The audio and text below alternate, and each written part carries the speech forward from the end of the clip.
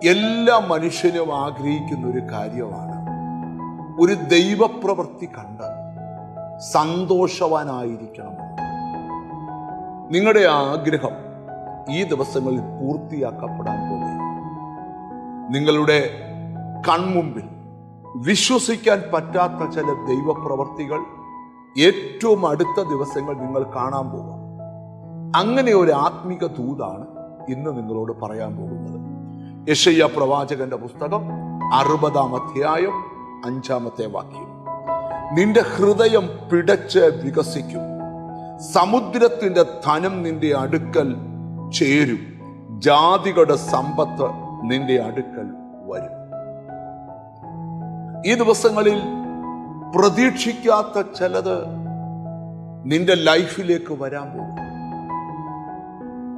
ഒരു സാധ്യതയുമില്ലാത്തിടത്ത് ദൈവത്തിന് എന്തോ ഒരു കാര്യം നിനക്ക് വേണ്ടി ചെയ്യാനുണ്ട്.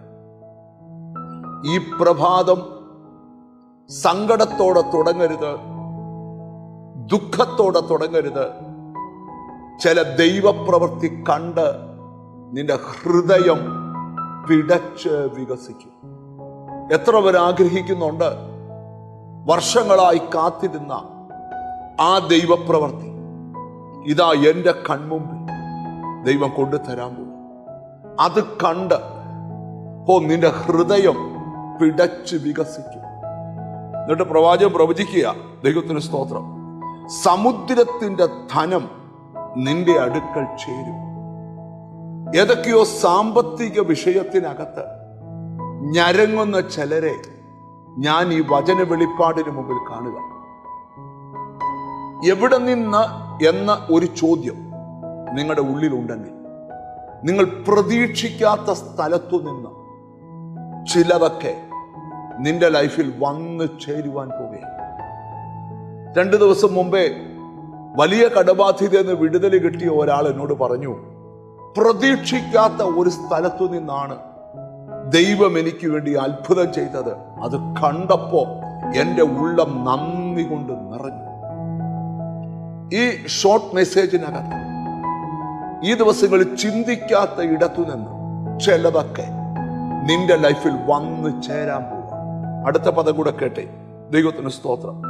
ജാതികളുടെ സമ്പത്ത് നിന്റെ അടുക്കൽ വരും. സ്തോത്രം. എന്നും കരഞ്ഞുകൊണ്ടിരിക്കുവല്ല, ദുഃഖിച്ചുകൊണ്ടിരിക്കുവല്ല, ചിലതൊക്കെ കണ്ട് നന്ദി കൊണ്ട് ഉള്ളം തുള്ളുന്ന ദിവസങ്ങൾ വരിക. അങ്ങനെ വിശ്വസിക്കാം, അങ്ങനെ പ്രാർത്ഥിക്കാം.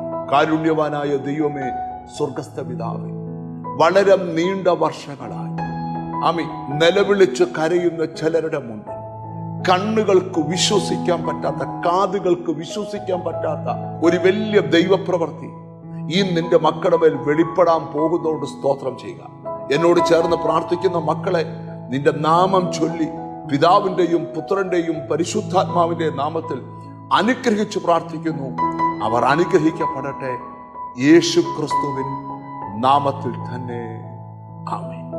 ഈ ദിവസങ്ങളിൽ തന്നെ നിന്റെ അടുക്കൽ ചിലത് വന്നു ചേരും. അത് കണ്ട് നിന്റെ ഹൃദയം പിടച്ച് വികസിക്കും. അങ്ങനൊരു സമയം വരുന്നു, കാത്തിരുന്ന് കാണാം. God bless you.